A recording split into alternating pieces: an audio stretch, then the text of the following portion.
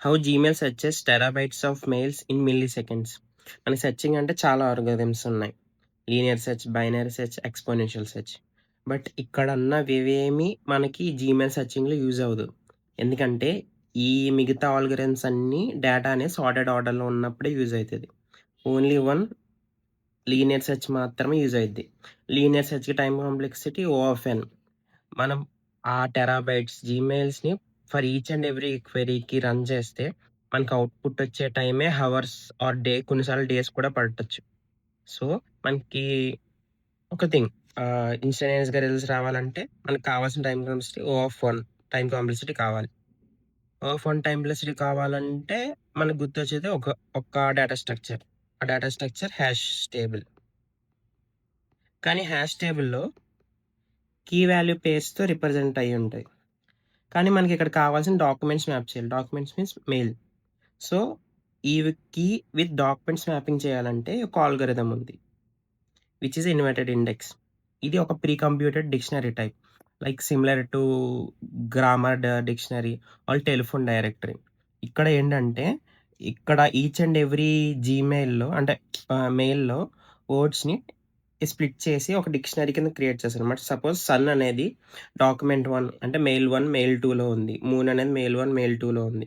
అని చెప్పి ఒక పెద్ద డిక్షనరీ క్రియేట్ అయ్యిద్ది ఈచ్ అండ్ ఎవ్రీ అకౌంట్‌కి.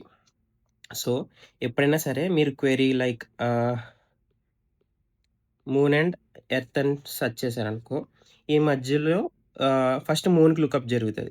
లుకప్ జరిగితే ఈ డాక్యుమెంట్ 1, డాక్యుమెంట్ 2 O ఆఫ్ 1 టైమ్‌లో వచ్చేస్తది. ఎర్త్ అనే దానికి కూడా లుకప్ జరుగుతది. O ఆఫ్ 1 టైమ్‌లో వచ్చేస్తది. సో, ఈ రెండిటికి యొక్క డేటాని ఎండ్ ఆపరేటర్ జరిగి అంటే లైక్ కామన్‌గా ఉన్న వాటిని పికప్ చేస్తారన్నమాట. సో, డాక్యుమెంట్ 3 కామన్‌గా ఉంది కాబట్టి వాటి రిజల్ట్స్ మీకు ఇక్కడ డాక్యుమెంట్ 3 అని చెప్పి మీకు ఇంత ఫాస్ట్‌గా మీకు వెంటనే డిస్‌ప్లే అవుతది. Similarly sun or moon or sun or earth ఏం జరిగినా సరే ఇంత స్పీడ్‌గా వస్తది.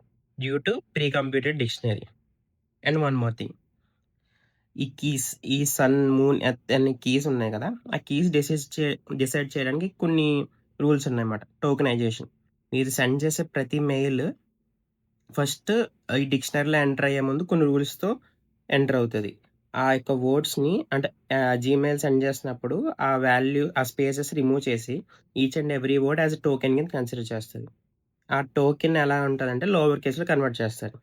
అండ్ ఇంకొక thing stop words removal like commonly used is, a, the ఇవన్నీ కన్సిడర్ చేయరు. And stemming and lemmatisation which means like cooking or teaching ఇవి ఉన్నాయి కదా! ఈ వర్డ్స్‌ని రూట్ వర్డ్స్‌లో కన్వర్ట్ చేస్తారు. Like cook or teach. And one more thing ఇలా చేయడం వల్ల మనకి O ఆఫ్ 1 టైమ్ కాంప్లెక్సిటీలో వస్తది. బట్ స్పేస్ కాంప్లెక్సిటీ అనేది ఇంక్రీజ్ అవుతది. Which is a trade of. కాకపోతే మనకి స్పీడ్ అనేది ఇంపార్టెంట్ అన్నప్పుడు స్పేస్ కాంప్లెక్సిటీ వాస్ నెగ్లిజిబుల్.